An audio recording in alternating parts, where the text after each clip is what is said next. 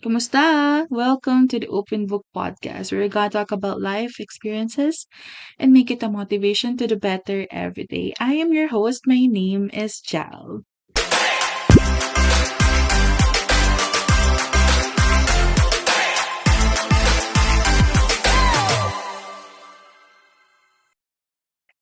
So this month was exactly a year I was away from the Philippines and syempre from my beloved Jollibee for almost 8 years, from being service crew to co-op to manager. I've been through a lot at masasabi ko talagang malaking part na kung sino ako ngayon, si Jollibee. So this podcast will be my appreciation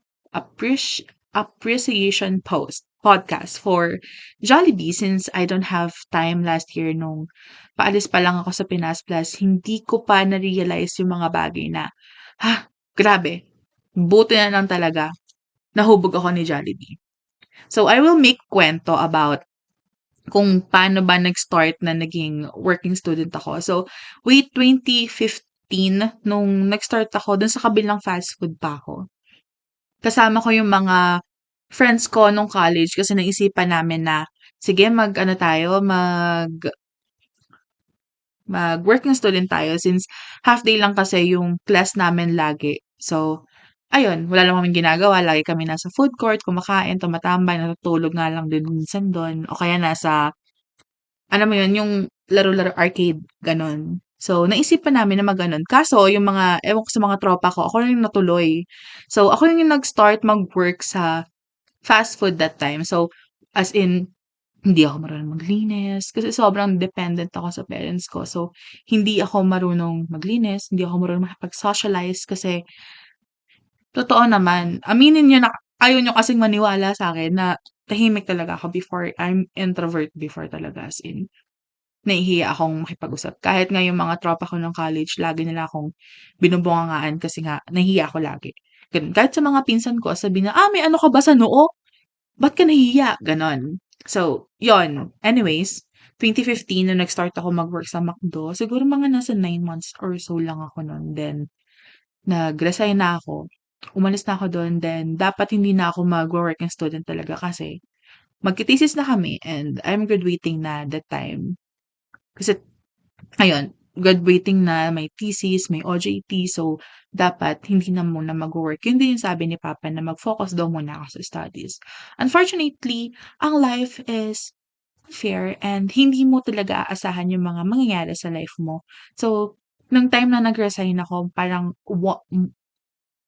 isang buwan lang, si papa kailangan na niyang umuwi ASAP sa Pilipinas galing sa Saudi Arabia kasi nasa Saudi si papa that time. Kasi nagkasakit siya. So, I was so heartbroken nung nakita ko yung picture ni papa sa labas ng ospital ng Saudi.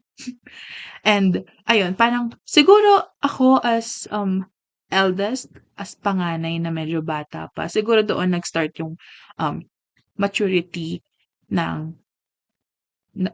yung maturity ni Jelly. Doon nag-start na parang, sige magwo-work na lang ulit ako kasi, I want to help my parents. Though hindi naman 100% na ikaw yung magpo-provide, pero alam mo yun, para, matuto ka sa life and, makapag-help kahit na konti. So, that time medyo nakakatulong na ako sa, um, tuitions ko and sa ibang bills, yun nung nag-Jollibee na ako. Parang doon nag-start yun na nakakatuwa nga kasi parang before sobrang hirap sa'min na magkuha ng magandang Android.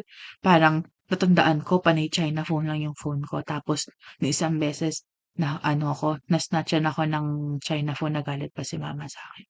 Pero anyways, nung nag-work ako parang doon nag-start na, nakakapag-line line lang naman, nakapag-line kami tapos nakakuha na ako ng Samsung, maganda yung phone ko, ganyan. Ako na yung laging hinihiraman ng phone para mag-picture-picture kami ng mga classmates ko ng college, gano'n. So, do'n nag-start na parang, nagma-mature na ako and I'm so happy na, alam mo 'yun, parang unti-unti parang nakaka-help ka and na-achieve mo yung mga bagay na hindi niyo na-a-achieve nung medyo, poor pa kayo. Pero poor pa rin naman, pero medyo poorest kami. Poorest? Poorest sa ano, nung medyo bata-bata pa hindi pa ako nag-work. So, anyways, ayun nung nag-start akong mag-work sa Jollibee, dun din yung time na kailangan ko ng mag-OJT. Since working student, nakapag-decide kami na mas maaga akong makapag-OJT. So, hindi pa talaga siya yung mismong time na mag-o-OJT kami kasi parang last sem siya. So, parang nauna ata ako ng isang sem or dalawang sem bago yung mismong OJT namin. Kasi nagwo-work ako, nag-school ako, ta's nag-o-OJT ako. So, ang scenario ko madalas, it's either 'pag may pasok ako sa school, umaga, pagdating ng hapon at wala akong pasok sa work, pupunta ako ng OJT ko ng half day or vice versa.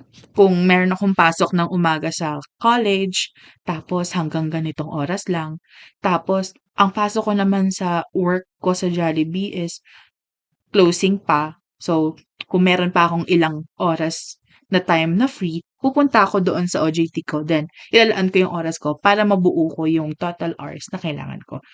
Luckily lang talaga yung pinag-OJT-han ko nun, sobrang babait talaga ng mga boss ko as in love na love ko talaga sila kasi sobrang babait nila na hinahayaan nila ako na kahit na anong oras lang ako puwede, dun lang ako. And hindi nila talaga ako binibigyan ng sobrang bibigat na mga workloads, yung mga gano'n.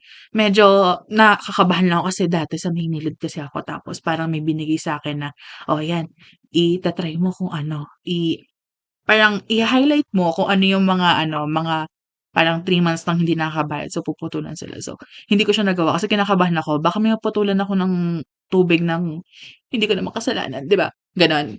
So, ayun tapos nakakatuwa pa dun sa mga sa OJT ko that time, kasi kami ni mama naggagawa kami dati ng peanut butter, pastillas, o kaya yung parang yema cake, gano'n ginagawa namin ni mama na homemade.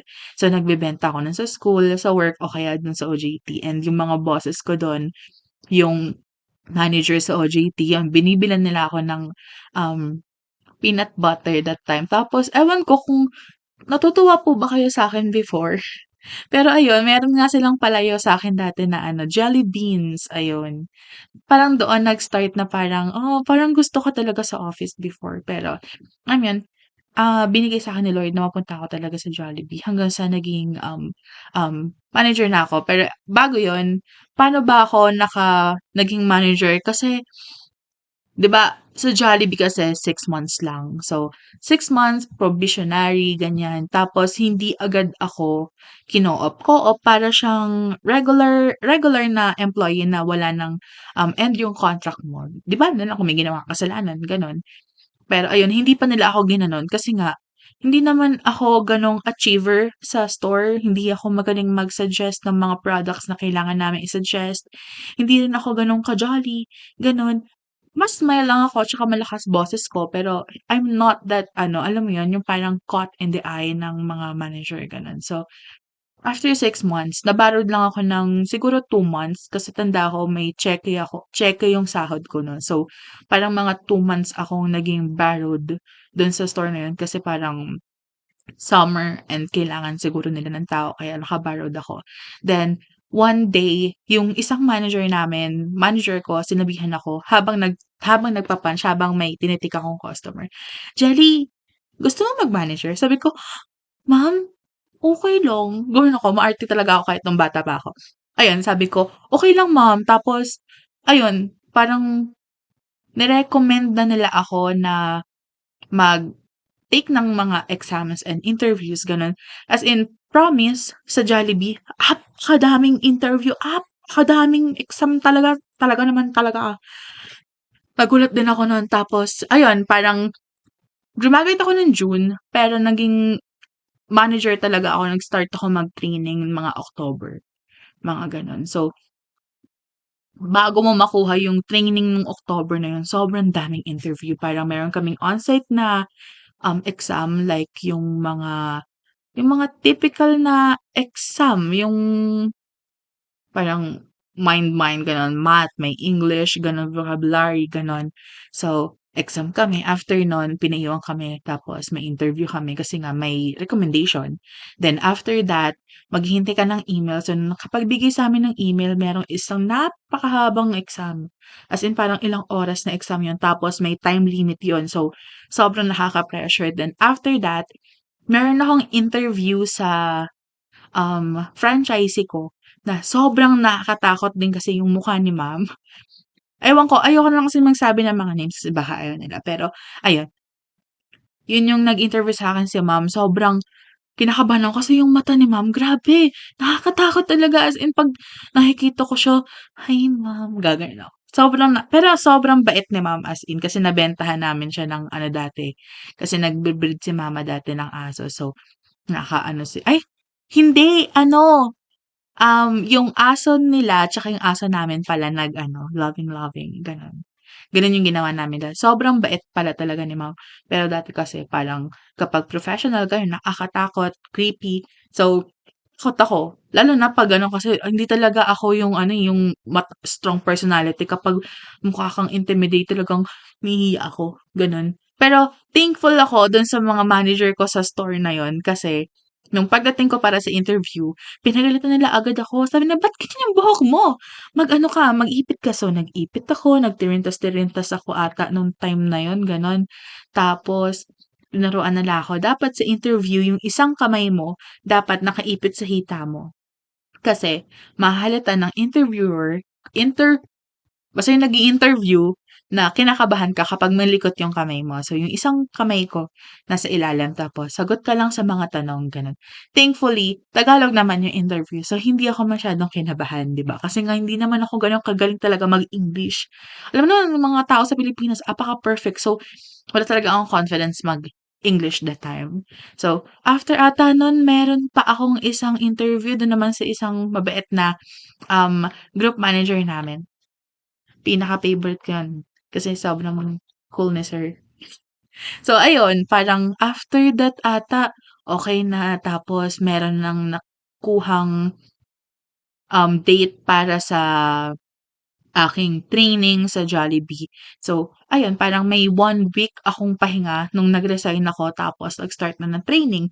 Yung training namin sa Manila, sa Shaw Boulevard, ganyan, 3:00 ng madaling araw umaalis na ako sa bahay kasi nga 'di ba Cavite, sa Bacoor ako. So, pinaka-last siya na madadaanan bago papunta ng Baclaran pa Manila. So, for sure, it's either punong-puno as in wala ka ng hindi ka napapasakayan or nakatayo ka.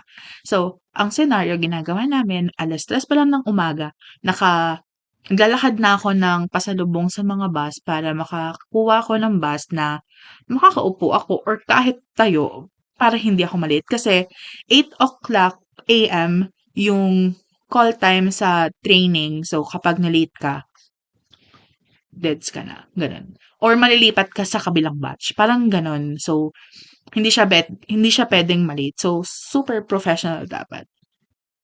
Kasi nga mag-manager ka dapat hindi ka puwedeng ma-late. So, gano'n. Pero dati kasi 'di ba, tulad ng sabi ko kanina, sobrang dependent ako sa parents ko, kay mama.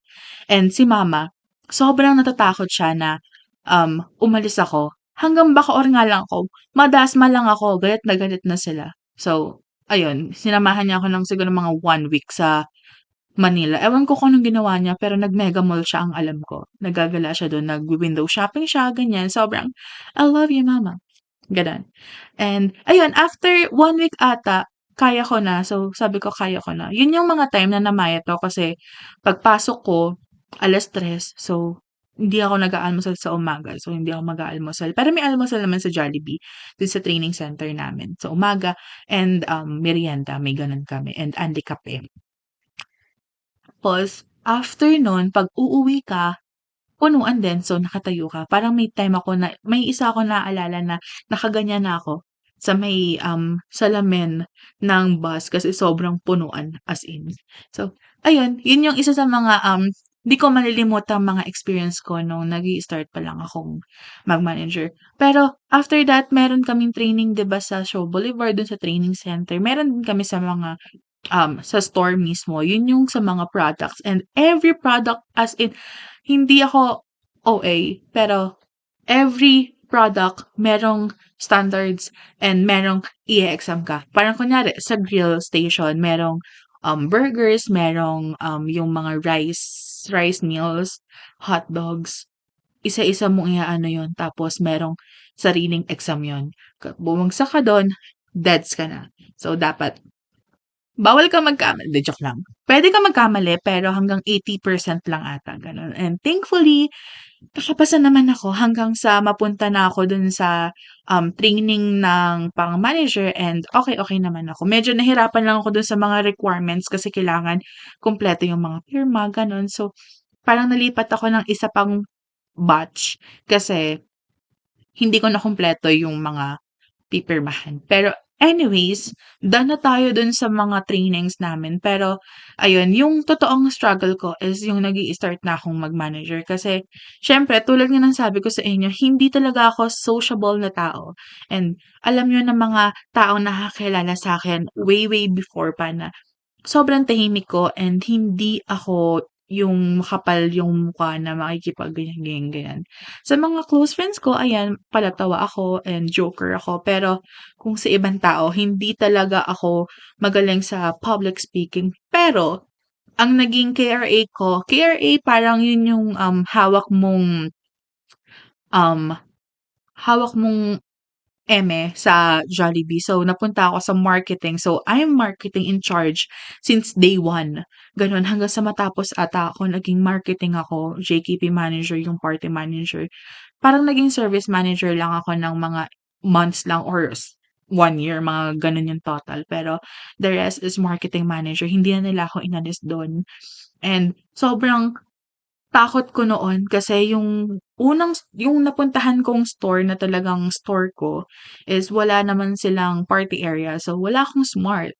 Wala akong mga tao na hawak ko na kami yung sa party. So, meron akong yung PQM ko, yung parang pangalawang mataas sa store namin.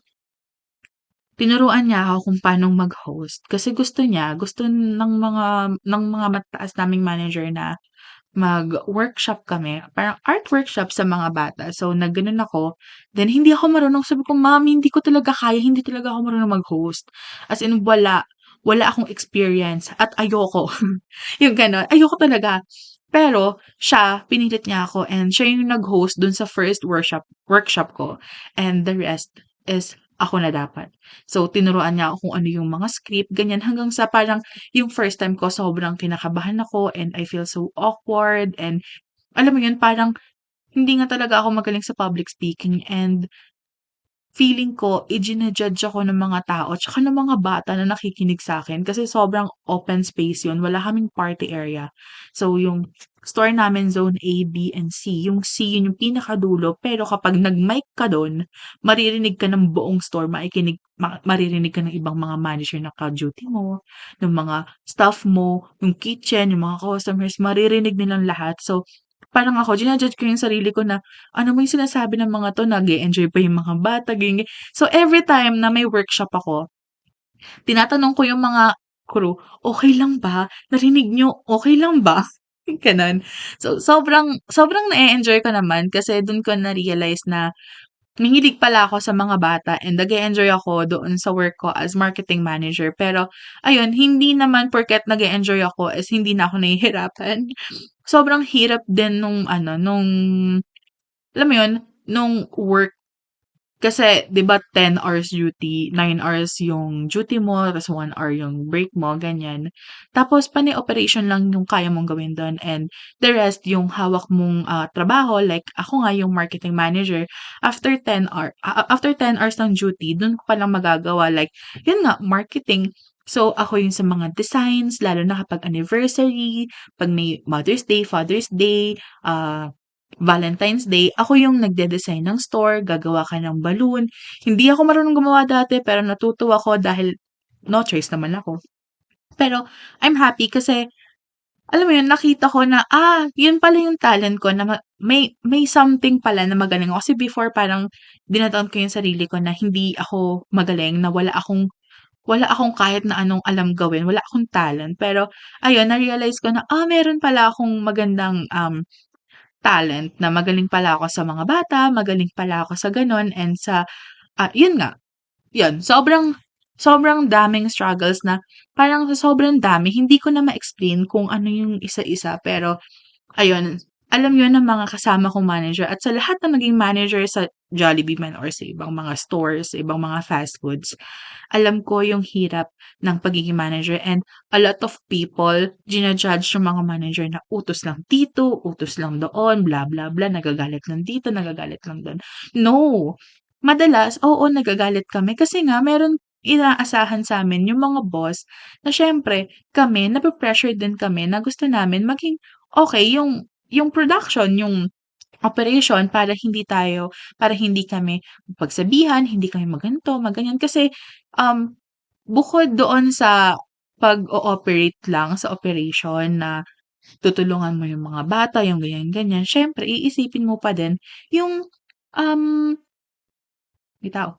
Iisipin mo pa rin yung sales, kung anong nangyari. Kunyari 'pag mababa yung sales, ano yung mga factors, bakit mahina yung sales, kapag madaming tao, bakit mataas yung sales, may mga activities ba, tapos maghahanap ka ng mga, um alam mo yun, maghahanap ka ng mga organizations, schools, o kaya mga offices para makapagdagdag pa ng sales like big orders, gano'n. Sa'kin yun.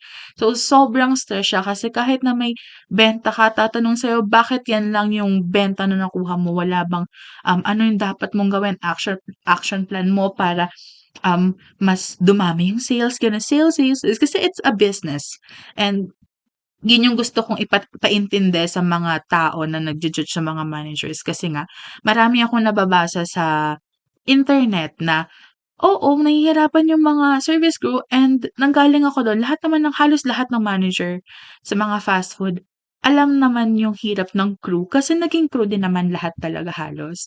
And sobrang hirap talaga and sinasabi ko sa inyo gusto naman namin na mag-help ng, crew work pero yung mga mas mataas sa'min pinapagalitan kami, as in pinapagalitan kami, "Wag kang mag-crew work." Kasi nga hindi mo daw maha-handle or mama-manage ng maayos yung mga tao kung ikaw mismo naka-focus ka doon sa product na ina-assemble mo o kaya ikaw yung nagti-take, ikaw gumagawa ng product, gano'n.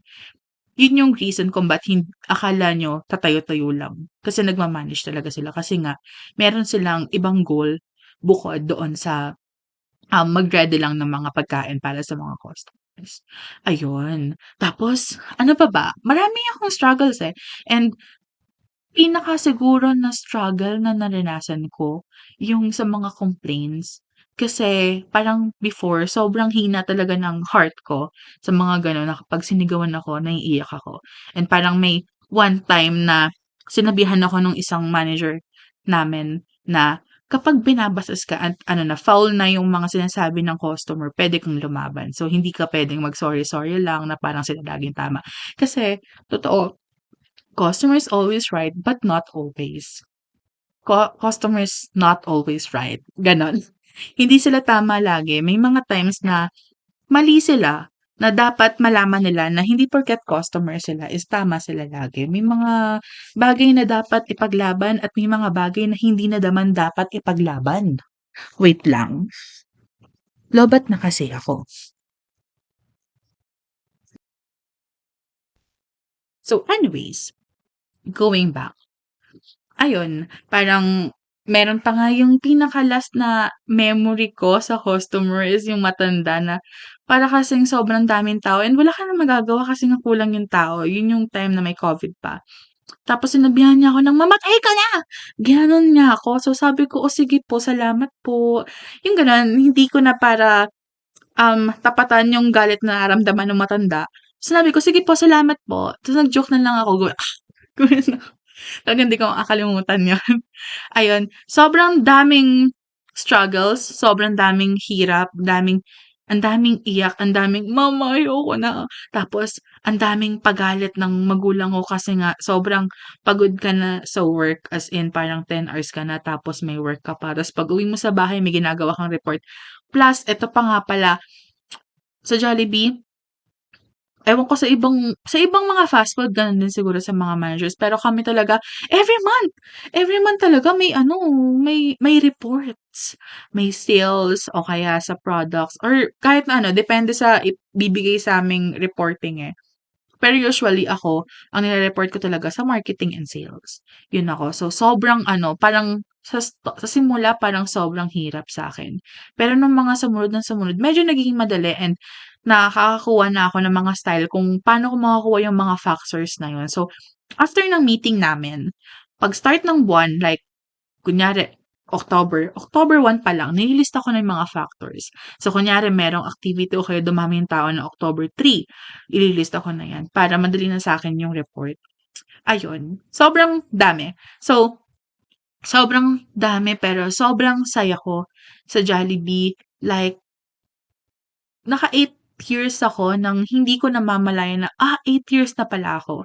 And nakakapagod man siya and dun man nag-start yung mental, um, parang breakdown ko before na parang pagpasok mo parang pagod na pagod ka na sa sobrang stress mo. But it's fine, it's part of growing up and gano'n naman talaga siguro sa buhay natin na kapag tumatanda tayo, gano'n talaga may time talaga na parang mabu-burnout tayo. Pero masasabi ko na hindi ako umalis sa Jollibee kasi sobrang saya ko dun, sobrang na-appreciate ko yung saya ng mga, like family, yung mga kasama mo. I have a lot of friends sa mga crewman or sa mga ka-manager ko. Sobrang sobrang saya, sobrang memorable and, alam mo yun, hindi ka like mada-down kapag napapagalitan ka kasi you know na 'pag napagsabihan ka is it's for you and it's for the business, gano'n. So, bakit ba ako nakapag-decide na magpunta ng, Canada? Kasi 'di ba sa Philippines naman sobrang baba talaga ng sahod and 'pag sinabing mababa yung sahod, sobrang baba talaga ng sahod and as for me, as an eldest daughter ng mga Ocampo family ni Danilo Ocampo, ayun. Um, Ako hindi ko naman pine-pressure yung parents ko na, "Mag-work kayo," gano'n, hindi. So ako parang naiyak ko naman ako. Ayun, parang for me, I want to give my parents a better life. Ayun, I want to give my parents a better life. Like siguro kung naramdaman ko may part ng buhay ko naramdaman ko na, "Ano ba 'to, ang hirap namin." Parang, "Ano ba 'to, gusto kong bumili ng ganito, hindi ako makabili." Like dati nga 'di ba sabi ko China phone lang yung phone ko. Tapos nung na na-snatch-an ako, pinagalitan pa ako. May trauma na nga ako, pinagalitan pa ako ni mama. Pero alam mo yun, parang hindi katulad ng ibang mga pinsan ko, ng ibang mga kakilala ko na lahat ng gusto nila nabibigay, 'pag gusto nilang ganito mabibigay, yung gano'n kahit nga kumain lang sa labas parang 'pag pupunta kami ng SM, window shopping lang, 'pag malabo yung mata ko nung parang elementary pa lang ata malabo na yung mata ko pero hindi mabigay sa'kin yun kasi nga sobrang hindi siya afford, yung gano'n. So, ako as eldest hindi ako inoobliga ng magulang ko na magbigay. Pero ako siguro, hindi ko rin kaya na hindi magbigay kasi it's my parents and love ko sila and alam ko yung mga sacrifices na binigay nila sa akin ni papa. Kasi nga 'di ba maraming time na muntikan na akong mawalan ng parents pero God, blessed me. God, parang si Lord binigyan niya ako ng maraming chance para mas makasama pa yung parents ko at mas buo yung family ko. So, ang sukli nun parang gusto ko ibigay yung better life na gusto ko sa sarili ko at siyempre hindi lang para sa'kin, gusto ko pati parents ko kasama. So, nung may nag-offer sa'kin, yung isang churchmate ko sinabihan ako na, "Ate gusto mo bang mag-ano, mag-Canada?" So, sabi ko okey lang, try. Sabi ko kina mama gagawa ako ng ano CV, try ko lang. Hindi ko naman alam kung makakapasa ako kasi hindi naman ako magaling mag-English. Hindi rin ako confident mag-English. So, baka hindi naman ako makapasa. So, try lang natin. So, tinry ko, naggawa ako ng CV, pinasa ko. Tapos minessage ako nung churchmate ko tapos sinabi niya, "Ate, okey ka naman sa English 'no? Hindi naman kailangan na sobrang fluent ka basta nakakaintindi ka at nakakapagsalita ka." Sabi ko, "Um, oo, okey lang." Gumanon ako. Tapos nagulat ako parang ilang months, meron na akong job offer. Nagulat ako. Tapos ayaw ko payagan ni mama sobrang dependent ako sa kanila and hindi pa ako nakakapunta ng Manila mag-isa, 'di nga ako nakapunta ng Baguio mag-isa, gano'n, Bicol mag-isa. So, punta ako ng Canada mag-isa.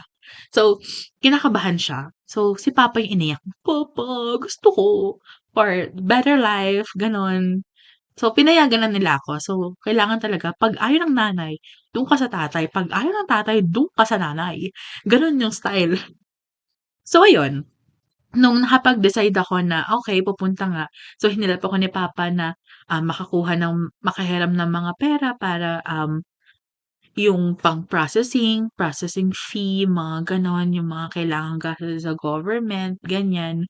Tapos, actually, hindi ko alam na marami palang mga manager sa Jollibee that time nung COVID time pa na may mga nag-apply din pala for pa-Canada. Hindi ko alam yun. Parang nalaman ko na ang dami pala namin, medyo madami kami kasi kinausap kami ng ano namin, ng MD namin, yung boss namin sa Jollibee, dun sa franchisee namin. Kasi parang siguro nagulat sila na, ilan kayo? Ba't parang ano, ang dami niyong aalis?" Gano'n. So, ako hindi ko naman alam kasi iba yung agency ko sa kanila. So, ayun, pero kahit na kinausap ako ng one-on-one ni ma'am, sabi ko, it's for the better life ng, family ko. Though ako ayoko naman talagang umalis ng Pilipinas kasi nga masaya ako dun and komportable ako sa life ko. Sobrang alam mo yun, sobrang komportable ko. Parang sanay akong nasa bahay lang kahit na yayain ako sa labas, sabihin ko hindi ako pinayagan kahit di ako nagpapaalam kasi ayoko talagang umalis, yung gano'n. So, ayun, parang sinabi ko na it's for the better life of myself and for my family. So, ayun, pinayagan na rin naman akong umalis doon sa work ko. Though nakakalungkot, pero alam mo yun, masasabi ko na sobrang thankful ako sa Jollibee. Kasi kung hindi dahil sa Jollibee, sa experience ko sa Jollibee, hindi naman ako matatanggap din dito sa Canada. Kasi nga parang sobrang in demand din yung sa hospitality dito. So, I'm so happy na um binigyan ako ng opportunity ng Jollibee sa experience na yun, na marami akong napagdaanan, dun ako nag-matured. Dun kasi 'di ba bata-bata pa ako, parang 19 years old ako nung naging manager ako. So, sobrang bata and sobrang yung mga manager ko, yung mga RM ko, sobrang nai-stress sa'kin minsan kasi nga ang kulit ko rin sa store madalas, para akong isip bata kaya sinasabi nila sa'kin, "'Tong batang 'to, para na namang bata." Gano'n. Kasi nga nag-start akong bata and hindi ko gano'n siguro na-enjoy yung pagkabata ko kasi nga, sobrang introvert ko and hindi ko alam na masaya palang makipag-friends, na mayro'n palang mas magandang life outside the house, outside your room, outside do'n sa apat na sulok ng kwarto mo, gano'n. Though maraming times na gusto ko mag-isa ako kasi nga ambivert na ako. Pero ayun, sobrang sobrang thankful ako sa Jollibee kasi kahit nung dumating ako dito hindi na ako gano'n nahihirapan kasi sobrang sa sobrang hirap na napagdaanan namin sa Jollibee, parang yung dito parang medyo slight na lang siya. Parang ang hirap ko lang dito is yung, um, homesick, yung gano'n, nami-miss ko yung mga pagkain, ganyan. Pero sobrang happy kasi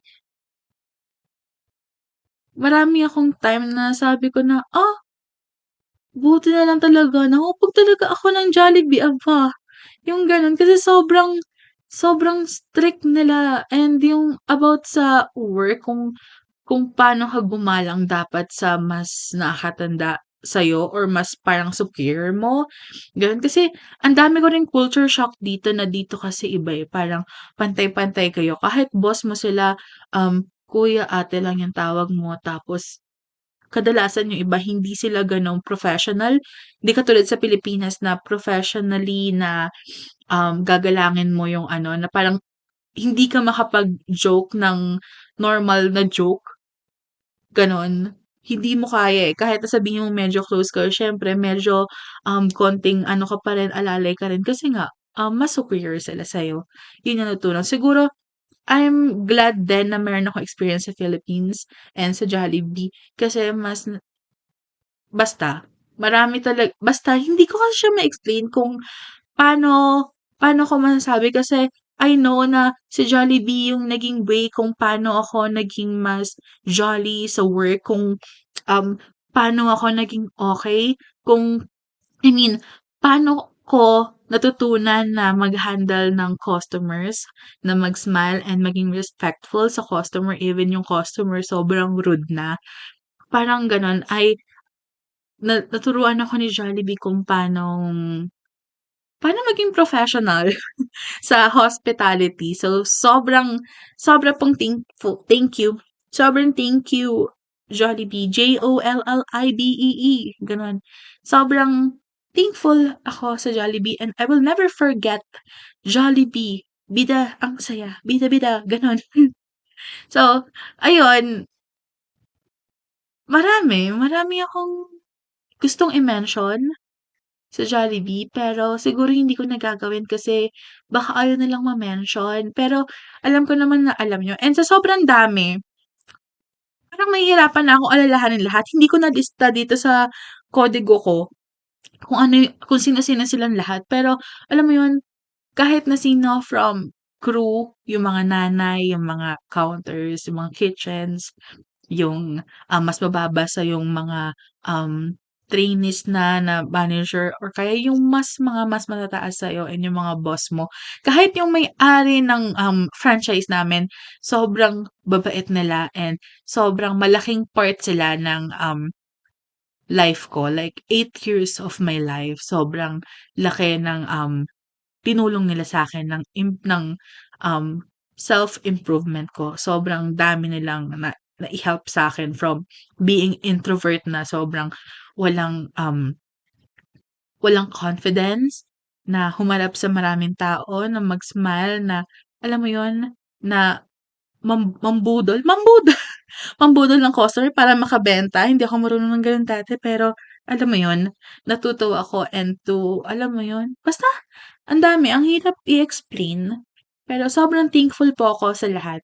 Alam ko naman na alam niyo kung kilala niyo ako at nasa Jollibee po kayo, pinapasalamatan ko po kayong lahat. Kahit po yung sa mga accounting, yun sobrang sobrang thankful kasi ang dami ko rin po natutunan sa inyo kung paano yung, tamang pagganto sa mga items ko sa party, ganyan. Maging responsible, maging organized sa mga contracts, ganyan.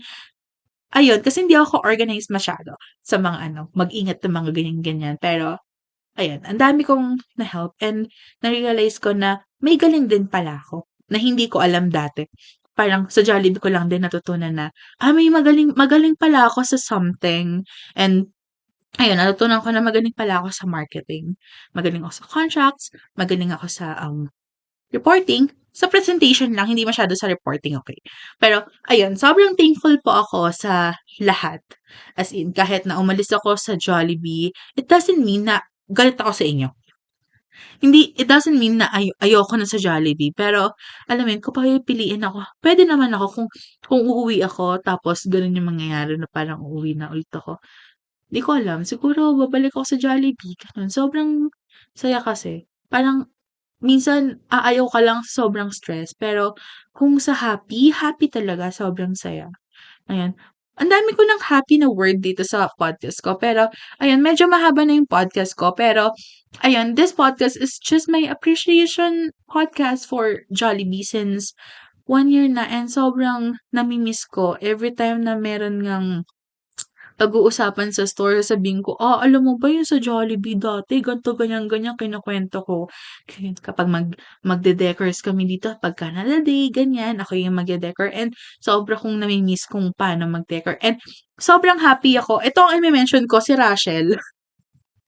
Na laging akong tinatawagan at minsan tinatawagan ako, iniistorbo ako para magpa-help, gano'n. Pero okey lang, sabi ko naman sa kanila na okey lang kung meron silang gustong, itanong sa'kin about sa marketing and such, okey lang naman sa'kin. Tutulong ako sa paggawa ng kung ano yung gagawin ng mga batang, art workshop o kaya sa presentation. Minsan kung may time naman ako na makagawa, gagawa ako kasi nga sobrang miss ko, parang gusto ko siyang gawin. So, okey lang, 'wag kang mahiya, wala ka namang hiya, gano'n.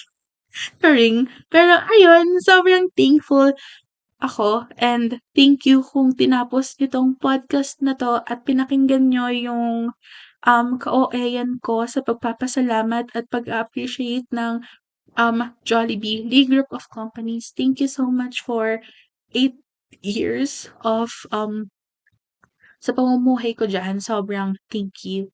Thank you po. Sobrang thank you. Ang pogi po ng mga boss ko. Charing.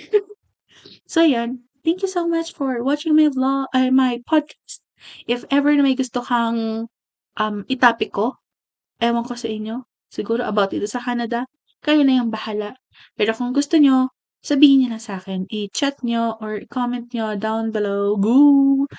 Ipo-podcast ko yan. I will try my best na maging consistent talaga sa podcast and yun nga ang ginagawa ko naman every week, eh. Kaso minsan talaga kapag may ganap talaga ako ng day off ko, minsan hindi ako nakakapag-edit. So itong podcast ko, nakadalawa na, pangalawa na 'tong podcast ko. Nag-film din ako kanina, nagpalit lang akong damit, nasa loob nga yung isang damit ko, eh. Pero ayun nga, parang gusto ko kasi na maging consistent na sa pagpo-podcast since meron ng mga tao na nag-appreciate ng aking podcast na maganda daw yung voice ko. Thank you so much! Thank you so much na maganda pala yung voice ko, hindi ko alam. Dati kasi naaartehan talaga ako, sobrang arte kasi talaga ng boses ko. Pero ayan, thank you so much! Thank you for watching my podcast. Ang redundant ko na naman. Always remember, mahalaga ka and always respect and love yourself. Mama, chup chup.